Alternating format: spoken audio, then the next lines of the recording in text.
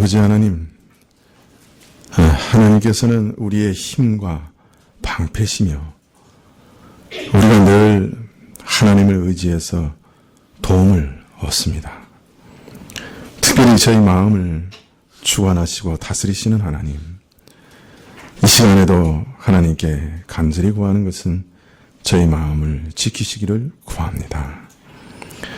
저희가 저희 마음에 갖가지 생각과 도모와 또 소원과 모략을 갖고 있으나 성령께서 우리 마음을 지배하시고 말씀으로 다스리지 않으시면 저희 마음이 참 어떤 생각으로 어떻게 참 하나님을 배반하고 어떻게 삐뚤어진 마음으로 사람들을 참으로 배반하며 또 상처 줄지 모릅니다.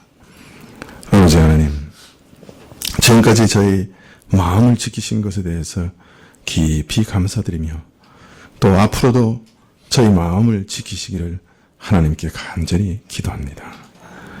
주님, 우리의 마음에 기쁨을 주시옵소서. 하늘의 신령한 기쁨으로 저희 마음을 채워주십시오. 주님, 또한 우리가 이 땅에서 일용할 것을 먹어야 하고 저희 필요가 채워지는 것이 참으로 중요한 것을 주께서 하시오니 주님, 우리에게 이 땅에서도 소망을 이루게 하셔서 저희 마음의 기쁨을 허락하여 주십시오. 주께서 참 하늘의 신령한 기쁨을 주시고 또 이 땅에서 하나님의 온갖 좋은 것으로 채우시며 우리 마음을 기쁜 마음으로 채워주실 때 우리 안에 또한 신령한 찬송을 주시고 우리 안에 늘 하나님을 향한 감사로 채우시기를 구합니다. 주님, 그래서 우리 인생이 기쁨으로 차게 해주시고 감사로 넘치게 하여 주십시오. 주님, 저희가 이런 하나님의 은혜를 받을 때 우리 스스로 죄악을 범하며 악을 행하며 우리 안에 있는 더러운 마음을 쫓아감으로 하나님의 기쁨과 즐거움을 스스로 내어버리는 일이 없도록 저희를 또한 간섭해 주시고 제어하여 주십시오. 저희 마음속에서 악이 용솟음 칠 때 참으로 하나님께서 제어하여 주시고 저희 마음을 지켜주시고 악에 이끌려 악의 포로가 되어 악의 종로로 하지 않도록 허락하여 주십시오. 주님의 구원의 복을 저희 인생에 넘치게 하여 주옵시고 주님께서는 항상 저희의 목자가 되시고 영원토록 우리를 인도하여 주십시오. 저희 자녀들에게도 이러한 복을 허락하여 주셔서 평생 저들의 주인이 되시고 저들의 목자가 되시고 저들을 지키시는 자가 되시고 저들의 인도자가 되시기를 간절히 기도드립니다. 이 나라의 위정자들을 위해서 기도합니다. 위정자들의 마음이 사시나무 떨리듯이 떨리지 않도록 도와주시고 담대함을 주시고 분별력을 주시고 이 백성들을 향하여 가장 올바른 일이 무엇인지 판단할 수 있는 지혜를 허락하여 주십시오. 참으로 여러 가지 정치적인 파고가 높이 일어나며 전 세계적으로 전쟁과 참으로 여러 가지 환란의 흉흉한 소문이 들리는 이때 이 거센 파도 속에서 저희 민족과 나라를 지켜주시기를 간절히 구합니다. 저희 위정자들에게 지혜를 주시옵소서. 그러나 우리가 사람을 의지하지 않습니다. 하나님만 의지하오니 하나님이 참으로 지금까지 기히 지키시고 돌보아 오셨던 것처럼 이 민족과 나라를 지켜주시고 또 이 민족을 땅끝까지 복음을 전하는 일에 하나님 더욱 크게 사용하여 주십시오. 주님, 참으로 저희 안에 여러 가지 부조리와 또 부정과 부패가 많이 있습니다. 잘라내도 끝까지 독초처럼 자라나는 이러한 일들을 주님 참 막을 길이 없습니다. 그러나 주께서 우리 마음에 신령한 바람을 불어넣어 주시고 여론을 새롭게 하시면 이러한 일들이 많이 사라질 줄 믿습니다. 이 나라가 불의하게 변하지 않게 해주시고 힘과 권력이 의의를 따라 시행될 수 있도록 허락하여 주십시오. 아버지 하나님, 오늘 오늘도 우리가 가진 것들을 주님 앞에 선물로 받은 것들을 주님 앞에 드렸습니다. 주님께서 우리 전부로 여기시고 받아주십시오. 저희가 이것을 드릴 때 마음으로 드리게 하여 주십시오. 말씀을 들을 때 참 말씀이 우리 심령 안에 심기어지게 해주시고 떠나지 않게 해주십시오. 또한 순간마다 주의 지혜로 우리에게 다시금 그 말씀들이 주어지게 해주십시오. 오늘도 다시금 주님께 모든 것을 참으로 의탁드려올 때 예수님의 이름으로 기도합나이다. 아멘. 예, 성경 말씀은 야고보서 4장 5절부터 6절까지 말씀입니다.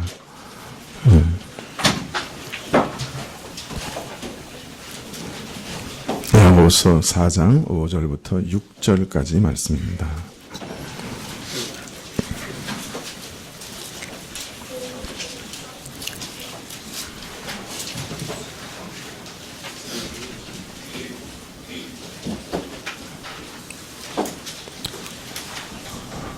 야고보서 4장 5절부터 6절까지 찾으신 줄 알고 봉독해 드리겠습니다. 너희가 하나님이 우리 속에 거하게 하신 성령이 시기하기까지 사모한다 하신 말씀을 헛된 줄로 생각하느뇨. 그러나 더욱 큰 은혜를 주시나니 그러므로 일렀으되 하나님이 교만한 자를 물리치시고 겸손한 자에게 은혜를 주신다 하였느니라. 아멘.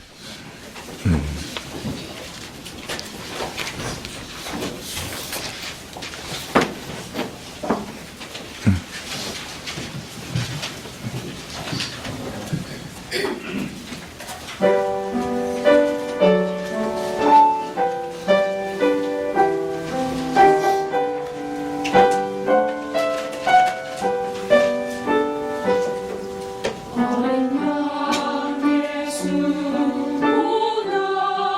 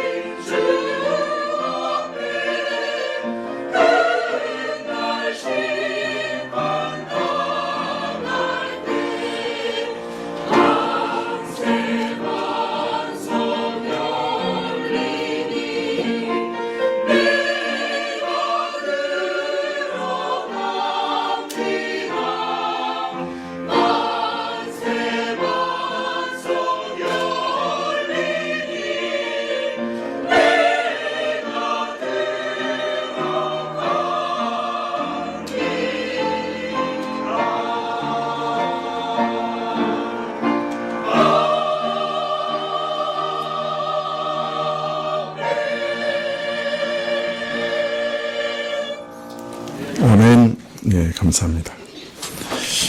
지난 화요일 날 우리는 좀 충격적인 소식을 들었습니다. 독일의 한 여객기가 프랑스 알프스 산맥에 충돌해서 탑승객 전원이 사망한 사건이었습니다. 그런데 며칠 후에 이 사건의 전모가 서서히 밝혀지기 시작했는데요. 비행기의 추락 원인이 여객기 부기장의 자살 비행으로 밝혀졌던 것이죠. 부기장은 단독으로 여객기를 급강하시켜서 알프스 산맥에 충돌했습니다. 프랑스 검찰이 현장에서 회수한 조종석 음성 장치를 분석한 결과 28살 난 부기장 안드레아스 루비츠는 비행기가 순항고도인 12,000m에 도달한 이후에 기장이 화장실을 이용하기 위해 잠시 밖으로 나가자 조종실 문을 잠그고 여객기를 8분 동안 제트 전투기의 속도로 급강하시켰습니다. 그동안 기장이 문을 열려고 수고를 많이 했지만 문은 열리지 않았고 비행기는 산맥에 충돌하게 됐던 것이죠. 이후에 밝혀진 바로는 부기장의 마음이 병들어 있었다 하는 것이 지금 알려지고 있습니다. 현대사회는 누구나 이구동성으로 이야기하듯이 심각한 문제를 안고 있습니다. 빈부격차의 문제, 식량과 에너지의 고갈, 물 부족과 공해의 문제, 종교와 문명의 갈등 등 인류의 지혜로는 그 어느 하나 해결하기 어려운 많은 문제들을 갖고 있지요. 그러나 그 중에서도 가장 심각한 문제는 바로 사람들의 마음이 병들어가고 있다 하는 것일 겁니다. 여객기 추락 사고를 낸 이 부기장은 자신의 마음을 다스리지 못했습니다. 그리고 한 사람이 자신의 마음을 지키지 못했을 때 이번의 경우에는 자신을 포함해서 150명의 소중한 목숨이 사라지는 처참한 결과를 가져왔습니다. 자, 그런데 문제는 만일 더 중요한 직분을 맡은 사람이 자신의 마음을 지키지 못하게 되면 어떻게 될까요? 아마 이번 사건보다 훨씬 더 무서운 결과를 가져오지 않겠습니까? 이런 일들은 우리가 상상도 하고 싶지 않지요. 현대사회는 사람들의 마음을 병들게 합니다. 현대사회의 각박함은 사람들의 마음을 붕괴시키고 있습니다. 사람들의 마음의 혼란은 이제 도를 넘어서고 있는 것 같습니다. 물론 이전 세대에도 사람의 마음에 문제가 없었던 것은 결코 아니죠. 그러나 현대사회가 가진 이 마음의 문제는 이제 통제의 범위를 넘어서는 것이 아닌가, 참 우려하게 합니다. 우리가 잘 아는 것처럼 사람의 마음은 참 기묘합니다. 그리고 이 사람의 마음에는 또 굉장한 능력이 있습니다. 사람이 그 자신의 마음만 지킬 수 있으면 어떤 환경이나 어떤 고통이나 어떤 어려움도 이길 수 있습니다. 그것이 사람의 마음입니다. 사람이 그 마음만 지킬 수 있으면 사실은 자원이나 환경이나 자신이 처한 처지가 그렇게 큰 문제가 되지 않습니다. 그러나 사람의 마음이 낙심과 절망이라고 하는 병에 걸리게 되면 모든 것을 다 갖고 있어도 그 사람은 살 수가 없는 것이죠. 오늘 사람의 마음의 문제는 가장 중요한 화두로 떠오르고 있고 또 우리 인간 자신에게는 이 문제를 해결할 길이 없다고 하는 것이 점점 더 분명해져 보입니다. 수많은 자원과 수많은 인력이 이 문제를 해결하기 위해서 백방으로 노력하고 있습니다. 그러나 아직 시원한 해결책을 내어 보이지는 못합니다. 참 많은 의사와 상담자들이 이 문제와 씨름하고 있지만 아직도 해결책을 내놓지 못합니다.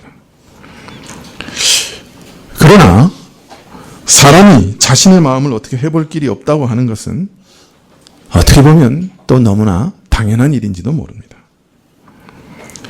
예레미야 17장 9절에 보면 사람의 마음에 대해 말씀하시되 만물보다 거짓되고 부패한 것이 사람의 마음이라 그렇게 말씀하셨기 때문이죠.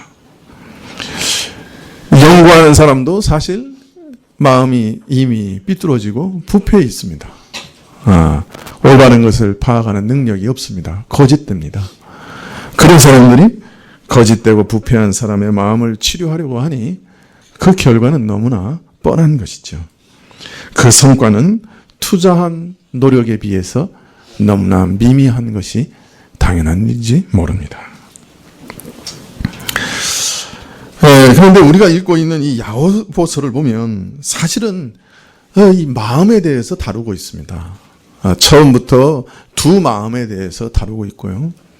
이 두 마음, 사람들의 마음 속에 있는 참 이 두 마음을 해결하는 방법을 야고보는 우리에게 가르쳐주고 있습니다.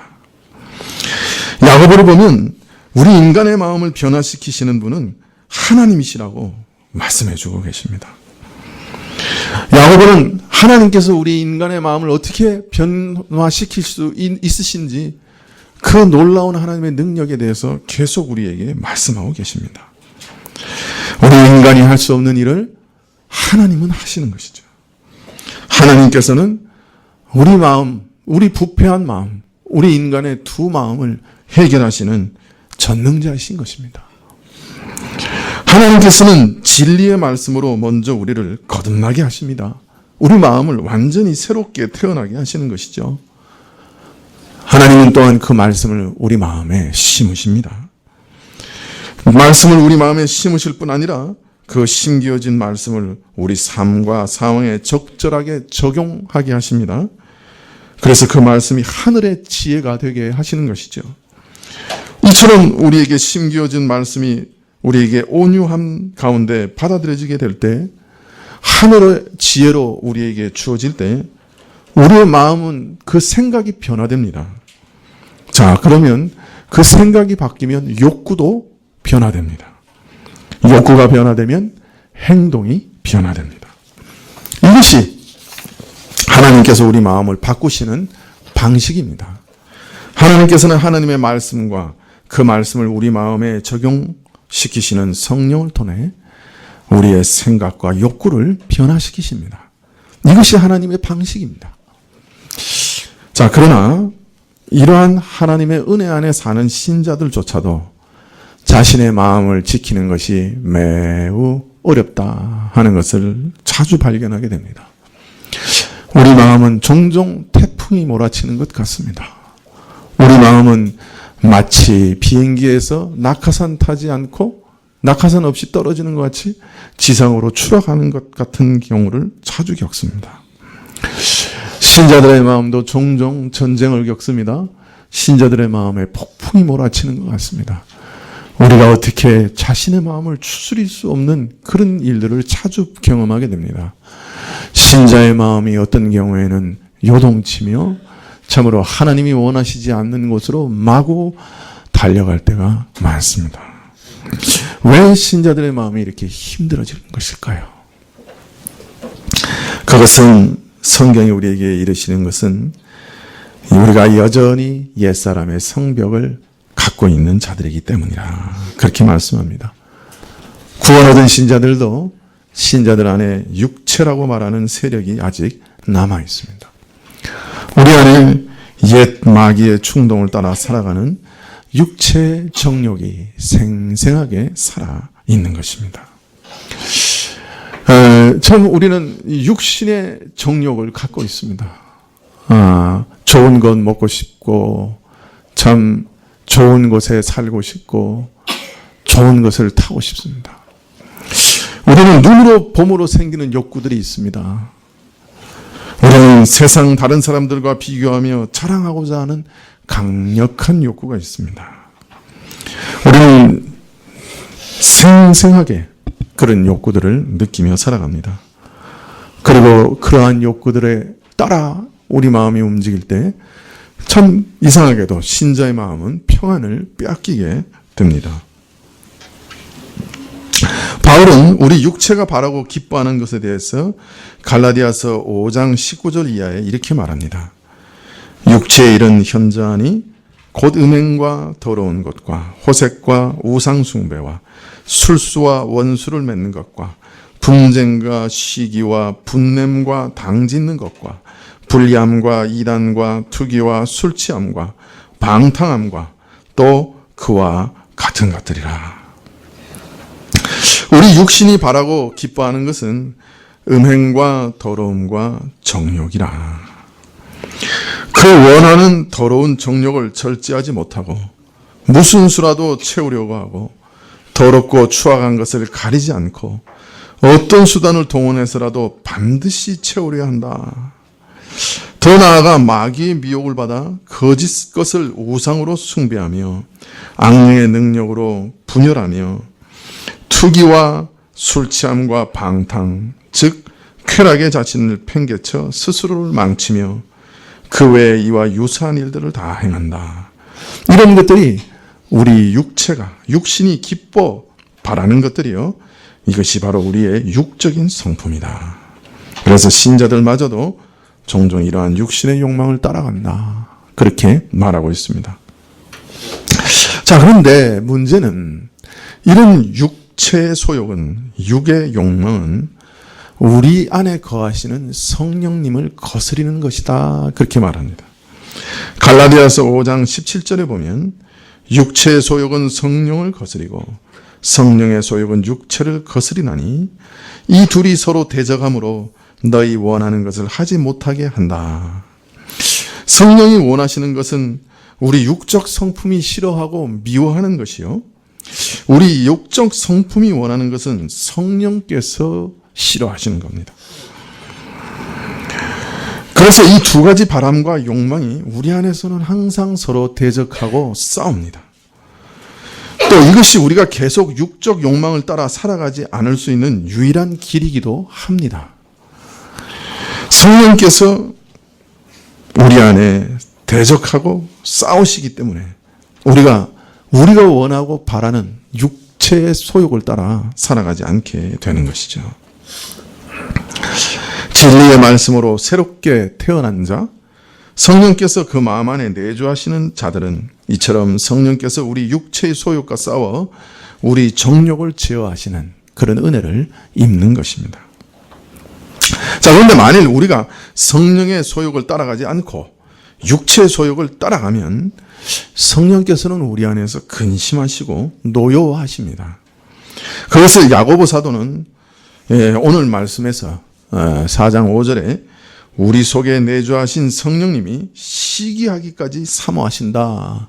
그렇게 말하고 계십니다.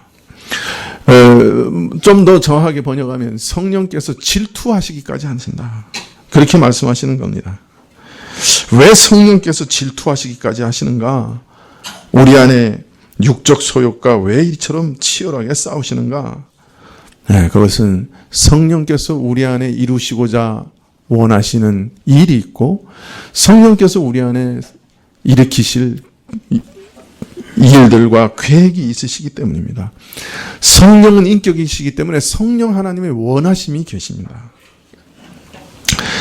성령께서 기뻐하시고 우리 안에 이루시기를 원하시는 일들이 분명히 있는데 이러한 일들을 반하여 육체의 욕심을 따라가면 성령의 소욕을 짓밟고 무시하면 성령께서 근심하시고 질투하시기까지 하신다.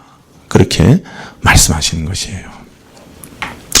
자, 성령께서 우리 안에 역사하여 이루시는 일들은 이런 것들이라고 말합니다.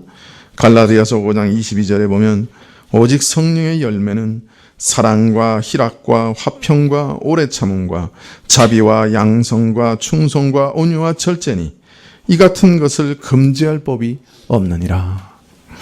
첫째가 사랑이요 희락과 평강이라고 말씀합니다. 성령께서 우리 안에 역사하여 우리로 하여금 하나님과 이웃을 사랑하게 하십니다. 우리 안에 하나님의 신령한 기쁨과 평강으로 충만하게 하십니다. 우리로 하여금 오래 참게 하시고 관대하게 하십니다. 모든 사람을 향하여 친절하고 선한 마음을 갖게 하십니다. 거짓과 술수를 버리고 오직 참되고 신실한 사람, 하나님의 사람이 되게 하십니다. 모든 사람을 향하여 겸손하고 온유하게 하시고 결코 쾌락에 자신을 내어주어 방탕에 빠지지 않게 하십니다. 오히려 모든 일에 절제하게 하십니다. 자, 바울은 5장 21절에 보면 이렇게 또한 경계하고 있습니다. 전에 너희에게 경계한 같이 경계하노니 이런 일을 하는 자들은 하나님의 나라를 유업으로 받지 못한다. 우리가 계속해서 육의 소욕을 따라가고 육의 소욕 속에서 살아가면 하나님 나라를 유업으로 받을 수 없기 때문에 또한 성령은 우리 안에서 질투하시기까지 싸우시는 겁니다. 우리는 오직 믿음으로 구원을 얻는 자들입니다. 그리고 하여 하나님께서 장차 하나님 나라를 천국을 유업으로 주실 것을 약속받게 하셨습니다. 그러나 이 나라에 들어가는 자들은, 이 나라에 들어가는 살아있는 믿음을 가진 자들은 자신을 죄에 내맡기며 육신의 소욕대로, 육체의 욕망대로 살아가는 자들이 아니라고 말합니다. 성령의 소욕을 따라가기를 힘쓰는 자들이라고 말합니다. 왜냐하면 우리가 약속받은 하나님의 나라가, 그 천국은 죄가 없는 나라요, 거룩한 나라요, 신령한 나라이기 때문입니다.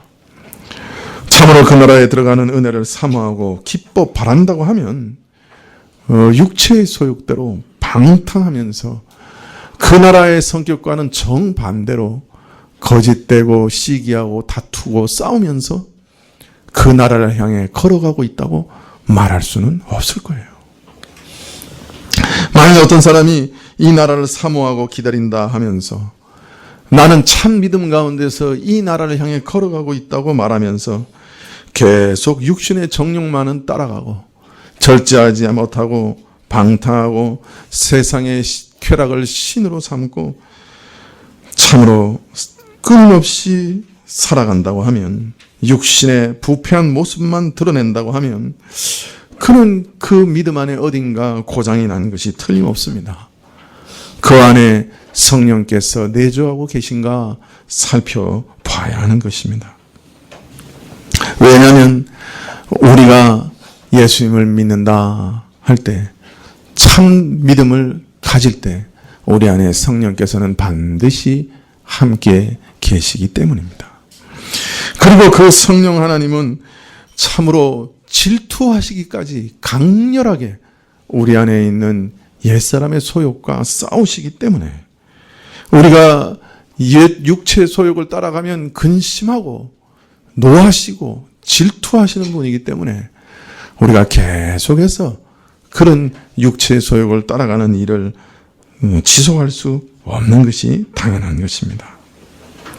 물론 이런 은혜는 비록 시작은 미약하고 매우 연약하고 또 날마다 죄를 자복하는, 일평생 자신의 죄를 자복하는 회개와 기도와 함께 이루어져 가는 것이 사실이지만, 그러나 우리 삶 속에 성령님의 인도하심은 분명히 있어야만 하는 것이에요.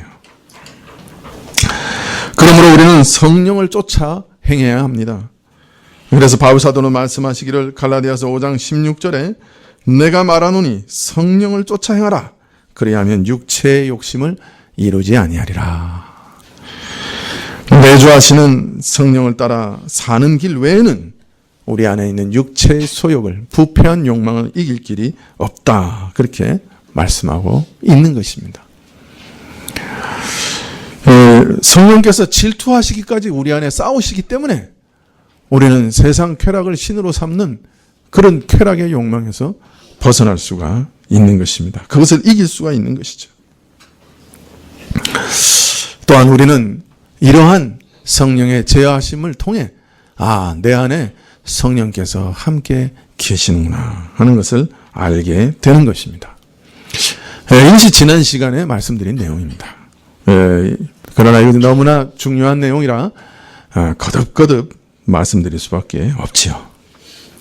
자, 오늘 말씀은 5절부터 다시 읽어보면 너희가 하나님이 우리 속에 거하게 하신 성령이 시기하기까지 사모한다 하신 말씀을 헛된 줄로 생각하느냐.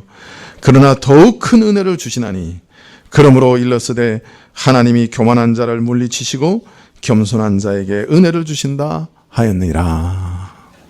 오늘 말씀은 이런 내용에 이어서 하나님께서 베푸시는 더 큰 은혜에 대해서 얘기합니다. 더 큰 은혜를 주시나니 이렇게 말씀하고 있지요. 그런데 갑자기 여기서 더 큰 은혜를 주신다 이렇게 말씀하시니까 도대체 더 큰 은혜라고 하는 게 뭔가, 지금까지 무슨 은혜에 대해서 얘기하셨는가 조금 의아해할 수 있습니다. 그러나 이미 말씀드린 대로 4절부터 야고보가 경고와 책망의 형식으로 야고보가 말씀하셨지만 그 경고 속에 이미 우리가 하나님의 선택된 신부요, 하나님과 화목된 자라고 하는 것을 알리셨지요. 또 5절에도 역시 책망의 형식을 빌리고 있지만 우리 안에 거하시는 성령께서 부패한 육적 소욕과 욕망에 거슬러 하나님의 거룩한 것을 우리 안에 이루시게 하시려고 시기하시기까지, 질투하시기까지 애쓰는 그 은혜에 대해서 말씀해 주셨습니다. 자, 그런데 이제 그 은혜 외에 더 큰 은혜를 베푸시는 것에 대해서 말씀하시겠다 이렇게 말하고 있는 것이죠. 자, 그러면 과연 이러한 은혜보다 더 큰 은혜가 무엇일까요?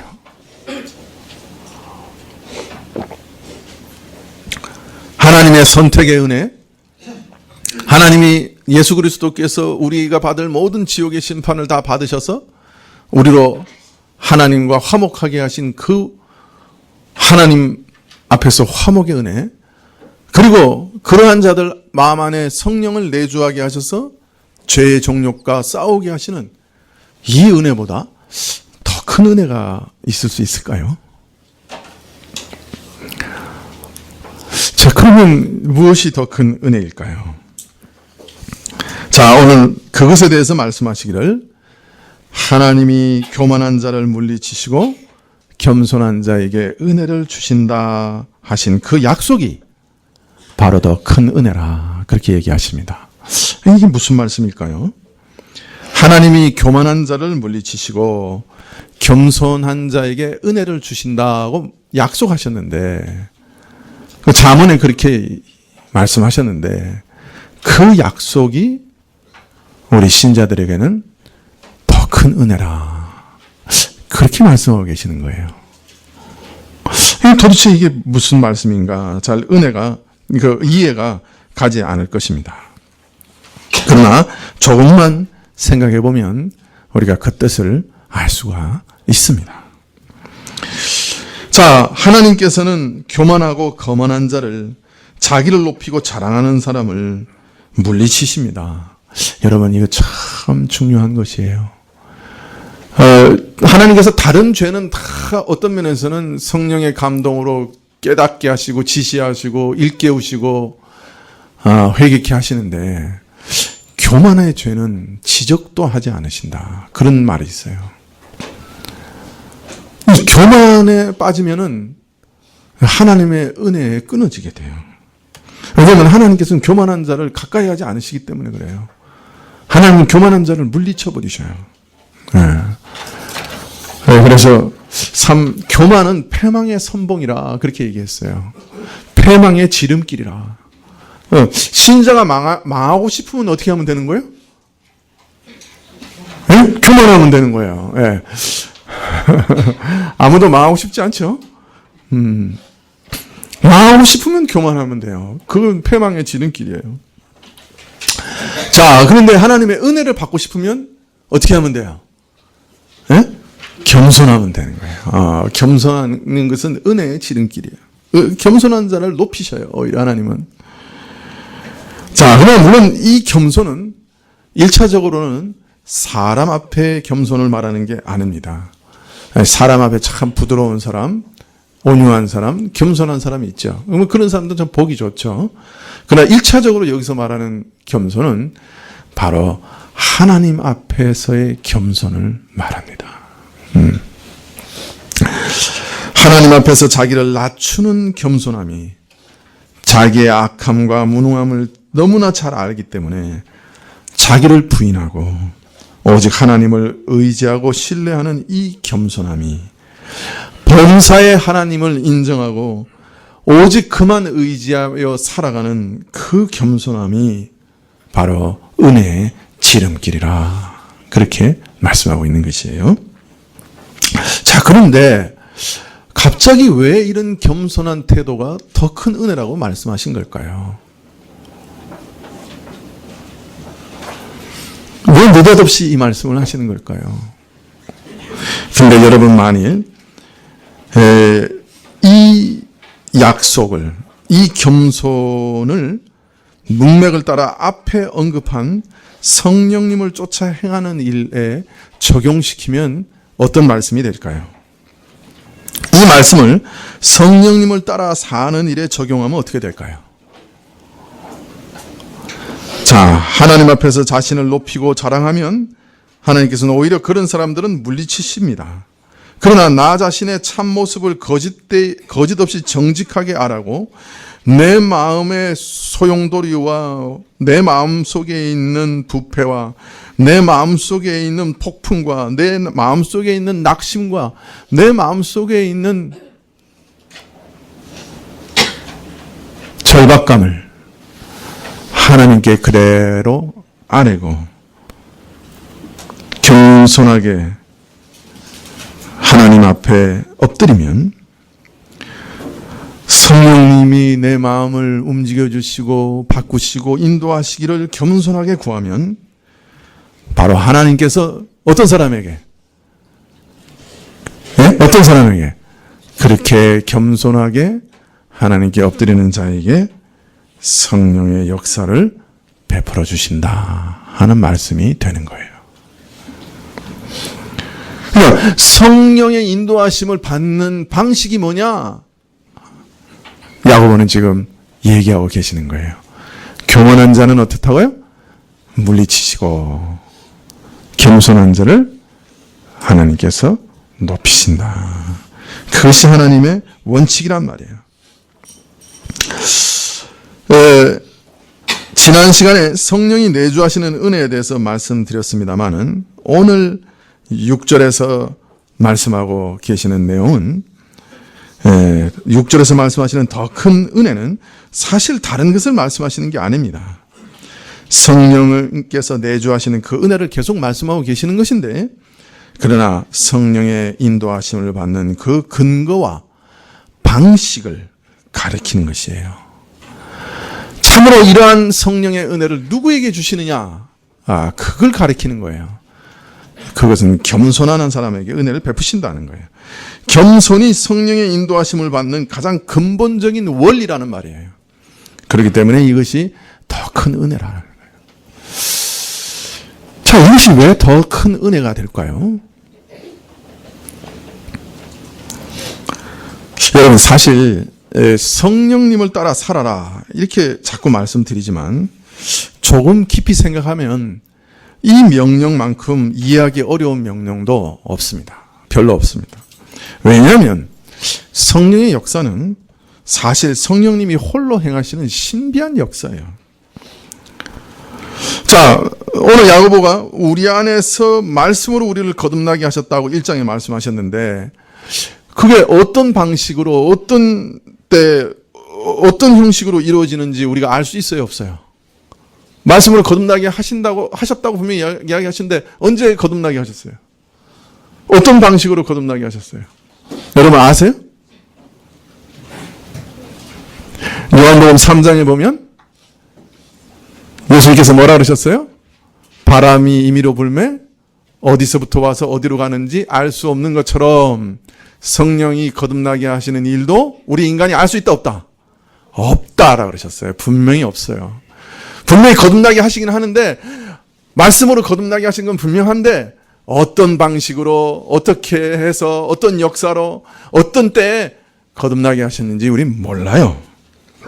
말씀을 우리 마음에 심으셨다 그러는데 그걸 어떻게 이루어졌는지 우린 몰라요. 그죠?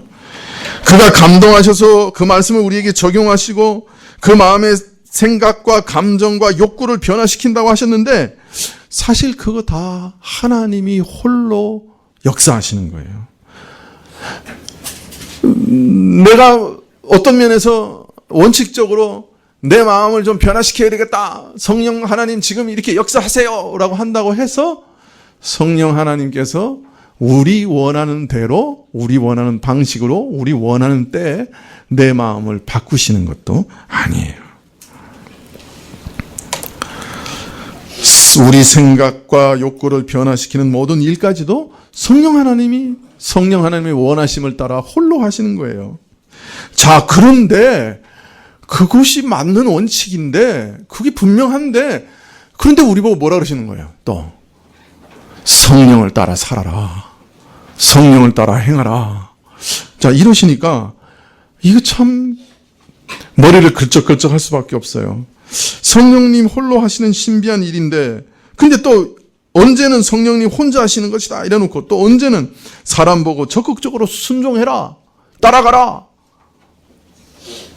성령의 역사에 주의해라, 온유함으로 받아라 이러시니까 이게 참 어떤 때는 성령 혼자 하신다 그러고 또 어떤 때는 우리 보고 적극적으로 순종하라 그러시고 이게 어떻게 된 일인가 참 이해가 안 될 때가 있습니다.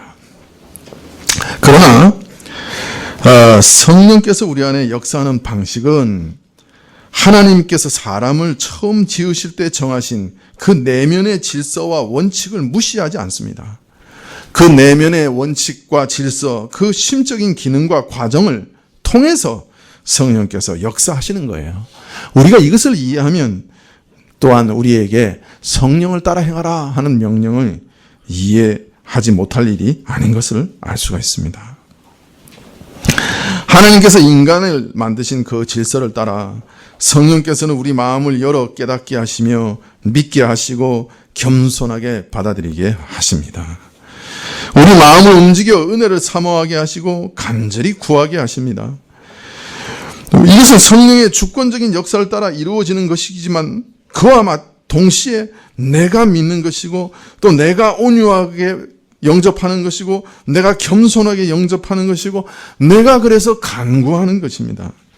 내가 믿는 것이지 나 아닌 다른 사람이 믿는 것이 아니죠. 내가 기뻐하고 내가 원하고 내가 구하고 내가 겸손하게 순종하고 따르는 것입니다. 그러나 내가 꼭두각시같이 아무 감동 없이 기계적으로 순종하는 것이 아니죠. 내가 원해서 내가 하는 것이에요. 자, 분명히 성령께서 우리 안에 역사하시는 그 일이 사람의 이성을 초월한 일이면서도 이성의 활동을 배제하지 아니하고 오히려 그 이성의 기능을 사용하시는 일이고 사람의 감정과 정서를 초월하시는 일이 분명하면서도 그러나 동시에 감정을 배제하지 않으시고 감정을 사용하시는 일이고 우리 의지를 배제하지 않으시고 하나님의 초월한 뜻을 갖고 계시지만 그러나 우리의 의지를 배제하지 않으시고 우리의 의지 안에 역사하시고 우리 의지를 사용하시는 거예요. 이게 하나님의 방식이에요. 그러니까 우리하고 동떨어진 아주 초월적인 일을 하시는 게 아니에요.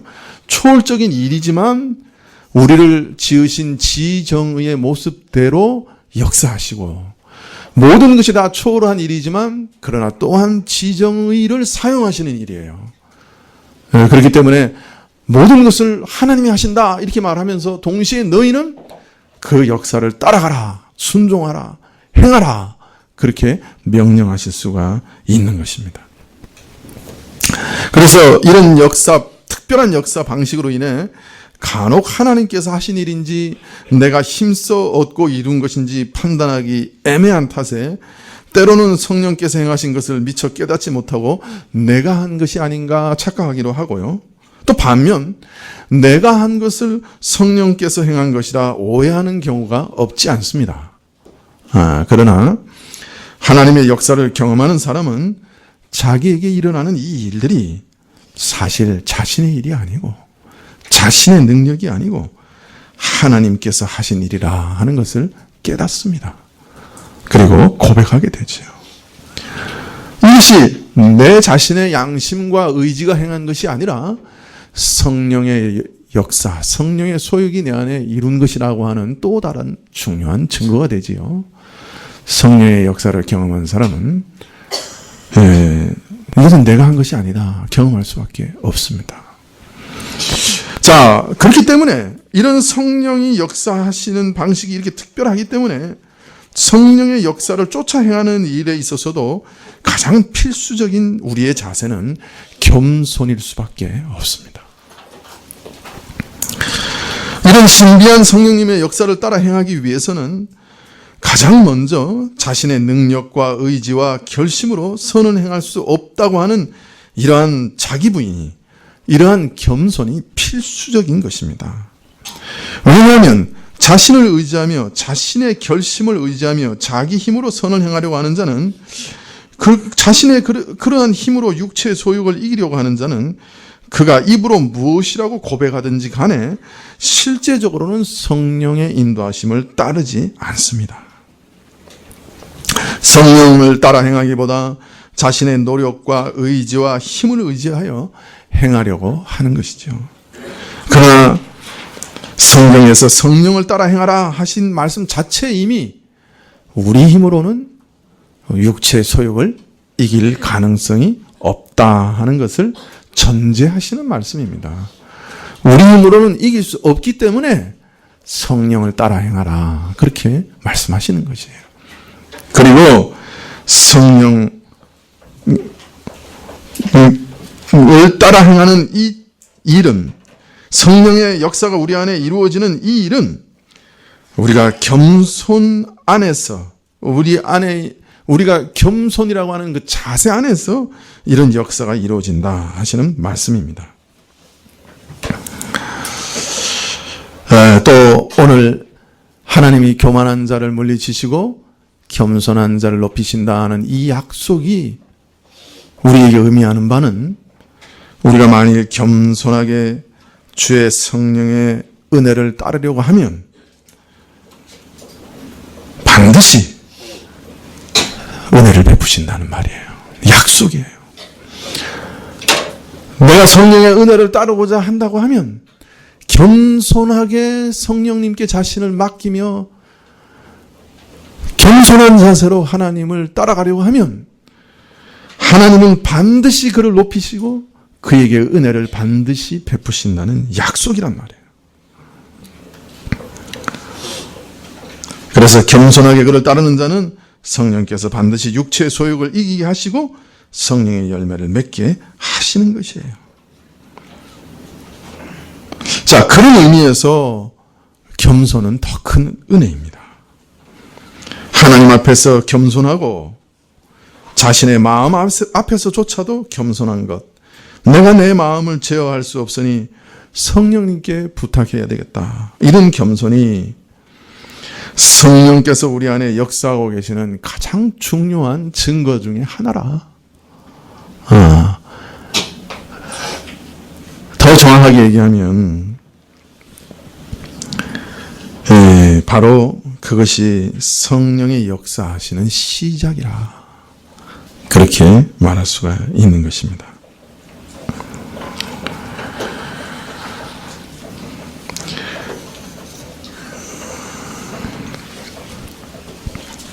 성령의 역사는 가장 먼저 사람으로 겸손하게 하시는 모습으로 드러나게 되는 것이에요.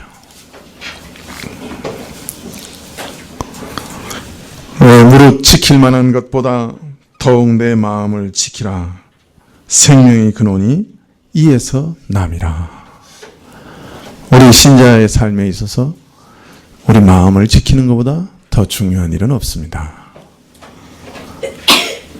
승리하는 삶, 우리 안에 있는 죄의 정욕을 이기는 삶, 이 땅의 환난과 고난을, 역경을 이기는 삶, 그것은 모두 마음을 지키는 데서 이루어집니다. 마음을 지키는 것에서 승패가 갈립니다.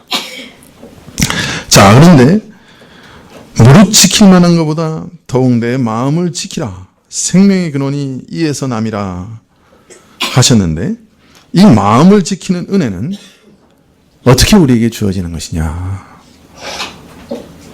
교만한 자는 하나님께서 물리치시고 겸손한 자는 하나님께서 은혜를 베푸신다. 즉, 겸손한 자에게 주어지는 은혜라는 겁니다.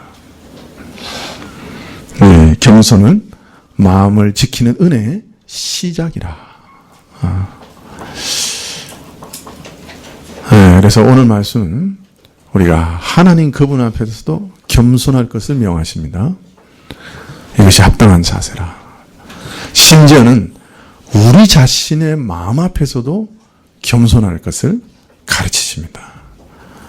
나는 내 마음을 내 마음대로 움직일 수 있는 사람이 아니라, 내가 내 마음속에 있는 욕심과 정욕을 내 스스로도 제어하거나 물리칠 수 있는 사람이 아니라, 오직 성령 하나님이 나를 제어해 주셔야 내가 내 마음을 지킬 수 있다. 하나님 앞에 겸손하고 심지어는 자신의 마음 앞에서도 겸손하는 것이 주의 뜻이라. 이것이 원래 우리의 본 모습이라. 그래서 겸손할 수밖에 없다. 야고보는 우리에게 가르치고 계십니다. 기도하시겠습니다.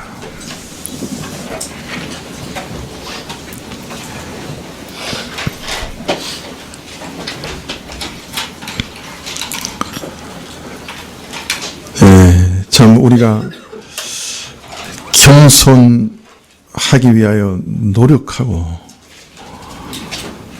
참 겸손해야 되겠다 결심하는 것으로 겸손해지지 않는 것을 발견합니다. 성령께서 우리 마음에 우리 자신의 참 모습을 보여주시고 우리 안에 있는 쾌락을 쫓아가는 그 마음이 우리 스스로는 제어할 수 없는 참 무서운 마음인 것을 발견하게 하시고 참 우리가 겸손할 수밖에 없는 사람인 것을 깨닫게 하실 때야 비로소 우리가 겸손하게 되는 줄 압니다. 주여 우리에게 이런 은혜를 베풀어 주십시오. 참으로 우리가 우리 자신을 알고 자신을 부인하고 자신을 의지하지 않고 자신을 의지할 수 없기 때문에 하나님 그분을 붙잡고 하나님께 온전히 이것을 부탁하고 맡겨드리는 그런 믿음과 참된 겸손을 저희로 배우게 하여 주십시오. 예수님의 이름으로 기도합나이다. 아멘. 네, 찬송 74장 찬송하시겠습니다.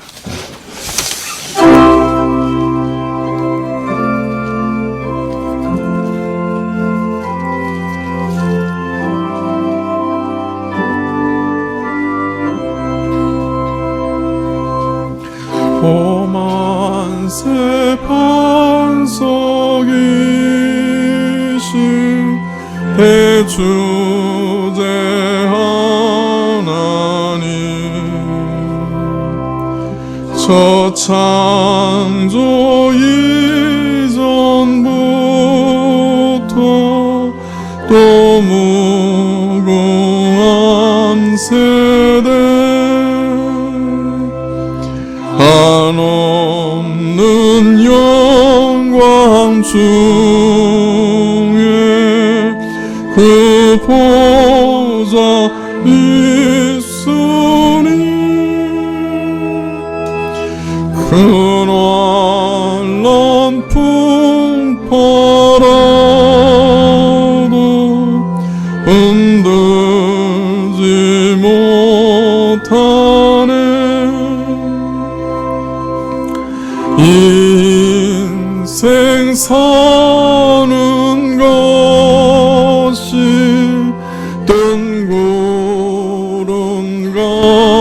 같으며 저 푸른 동산 속에 꽃송이가 돋아 불 위에 이슬 같고 꿈같이 잠들어 이 세상 모든 영광 곧 사라지도다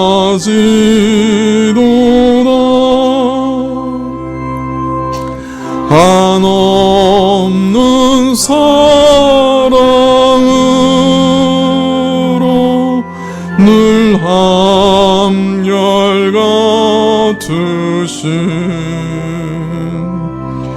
주 자비 베푸시고 그 눈에 내리사 내 평생 짧은 세월 빛나게 살도록 잠비친 성령으로 날 채소서